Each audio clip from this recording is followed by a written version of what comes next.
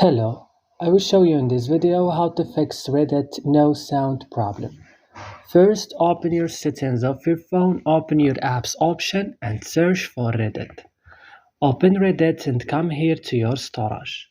Click on clear cache and go back, click on force stop. Click right now OK. Come to permission. Give permission to all of these options that you see here. Come to your Play Store or App Store if you use iPhone. Update your Reddit on the last version.